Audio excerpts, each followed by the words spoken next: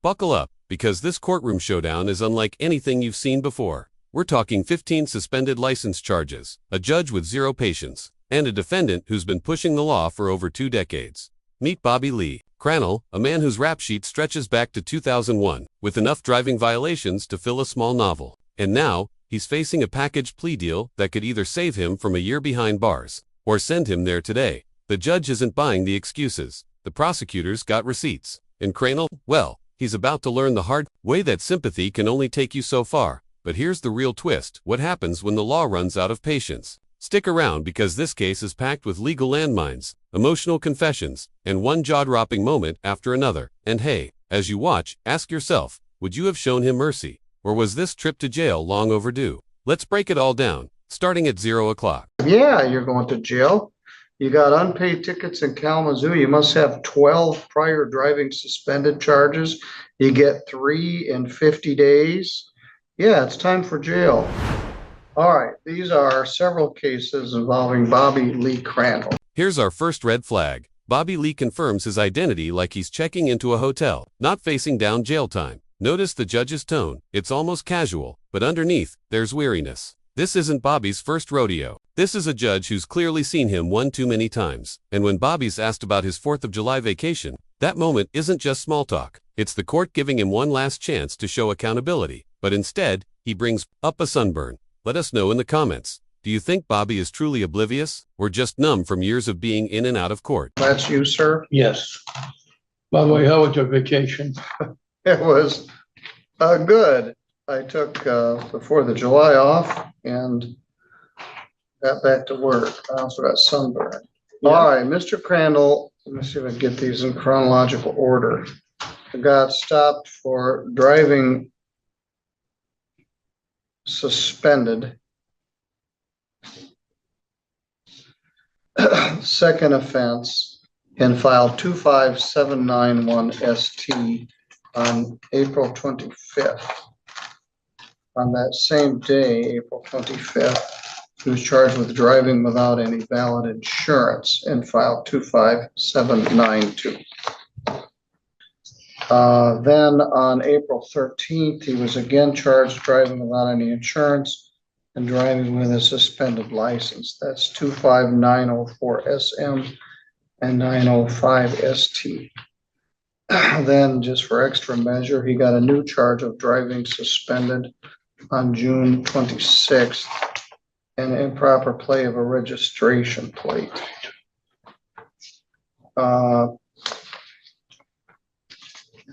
He hasn't even been arraigned on that charge yet, but I believe the prosecutor is aware of it. So there's a package plea agreement. This is where things start to get serious. A package plea deal means the court is wrapping multiple charges into one, essentially giving Bobby a discount on punishment in exchange for a guilty plea. Now pay attention, he's pleading guilty to driving while license suspended, second offense, which on paper carries up to 1 year in jail and $1,000 in fines. But everything else, dismissed. That's a huge break. But why offer it to someone with such a long history? Simple: courts are overwhelmed. Dismissing lesser charges clears the docket. But will Bobby take this second chance seriously, or will history repeat itself again? The defendant is going to plead to 1 count of driving suspended second offense. And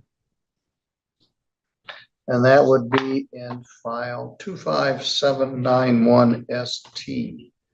And everything else would get dismissed. Is that your understanding, Mr. Gibson? Yes, Your Honor. I'm not sure if this new case was part of this. Were you aware of his June 26th case?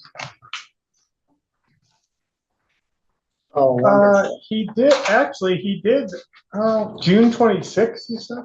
Yeah. Actually, yeah, I do remember him contacting me about that to inform me of it. But is that what does that have a file number? Yes, 25904 SM. Okay, so it's my understanding that that would be part of the package agreement. Okay. All right, 1 DWLS second to encompass everything. Driving suspended second is a misdemeanor. punishable by up to a year in jail and a fine of up to $1,000. Legal clarity check. DWLS, driving while license suspended, is no joke. A second offense moves it into misdemeanor territory. 2 points on your license, steep fines, and in many cases, mandatory jail time.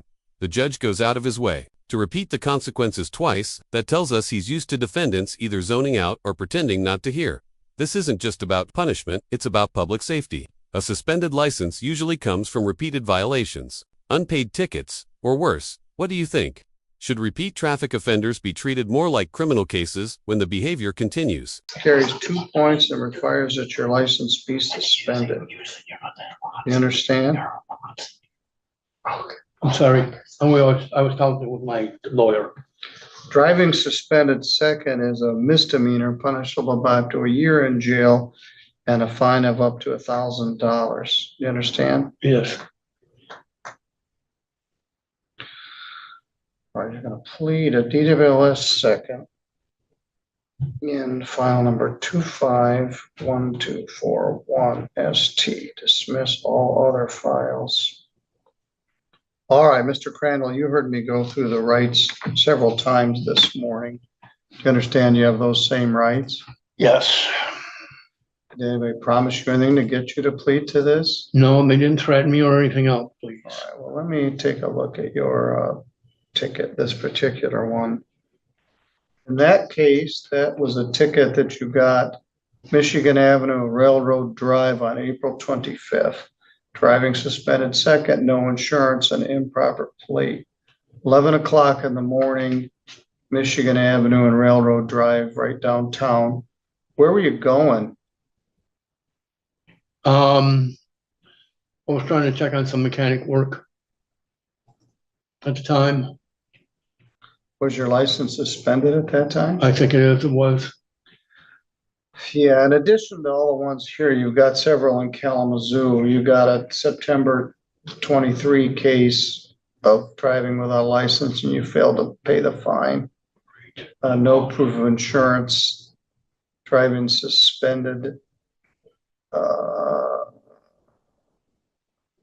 3/11 of 18, driving suspended, failed to pay a license 2016.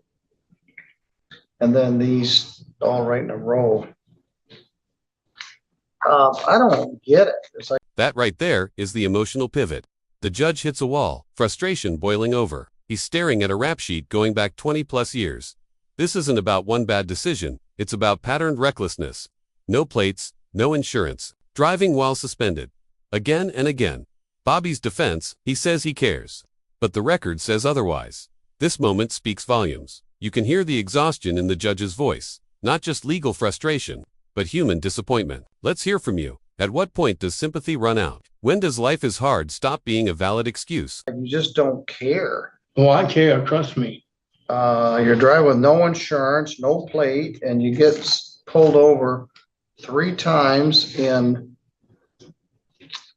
40 days for the same thing. I have no fines here in this court. I didn't see any in this thing. Let me look in here. You and I go back a long ways. 2001, driving expired. Proper plate.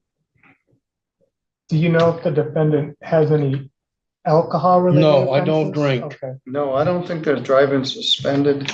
You must have 15 driving suspendeds in here, going back to 2001 when I was still prosecutor.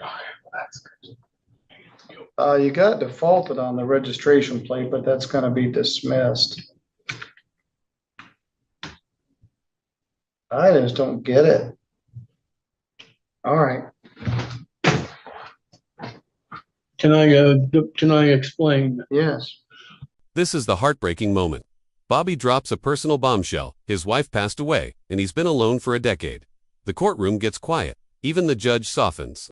But pay close attention. The judge already knew. He remembers. And yet, nothing has changed. This is where law and emotion collide. Yes, grief can drive people to desperate choices, but it doesn't erase legal Responsibility. The judge isn't cold, he's realistic. Empathy has its place, but it can't override public safety.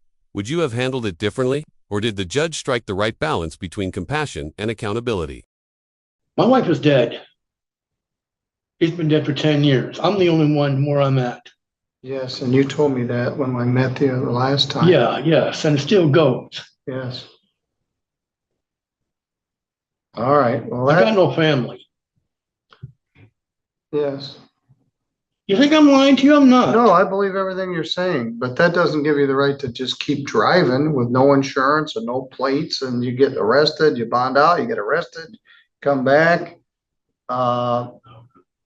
This is the final line in the sand. Everything but one charge gets dismissed, and even then, Bobby's only getting 7 days in jail. The system is giving him another break. One last warning.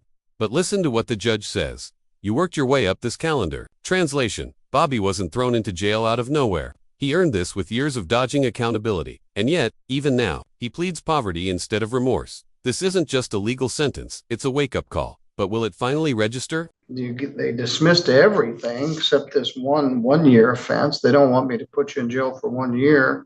They give you a $75 crime victims' right fee, a $50 state minimum fee, $125 to by August 31/25. You're going to jail for 7 days, starting right now. I'm going to jail? Yeah, yes. You're gonna stop driving a car. You owe me $125 by 8/31/25. Yeah, you're going to jail.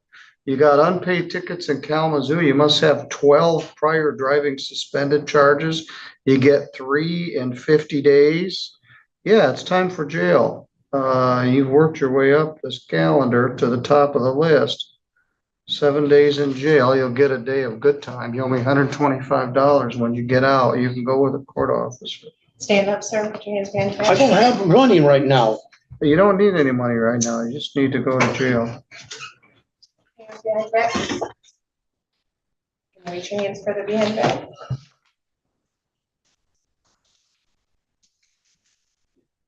Well, 7 days? Yes. I can make it more if you'd like. No. Let's go, sir. All right, Mr. Crandall, you're good to When am go. I gonna be able to get out? Just a moment. You'll get out in 6 days. What is? Yes, today's Friday. You'll probably get out next Thursday. So, what can we learn from the case of Bobby Lee Crandall, a man with more than 15 driving suspensions, no insurance, no plates, and a court system that's finally said, enough? Despite years of second chances, Bobby kept rolling the dice. But this time, the law rolled back. In the end, he walked out with 7 days in jail, a $125 fine, and maybe, just maybe, a chance to turn it all around. This case shows how complex courtroom justice can be, walking the tightrope between empathy and public safety. What do you think? Was this sentence too soft, too harsh, or just right? If you found this case as shocking as we did, make sure to hit that like button, share your thoughts in the comments, and don't forget to subscribe for more jaw-dropping courtroom breakdowns. We've got more real cases, real consequences, and real drama coming your way. Stay tuned. Let's go. Do you have a pet? Yeah, I got 3 of them. All right, we're gonna let you make a phone call. Somebody to take care of your pets.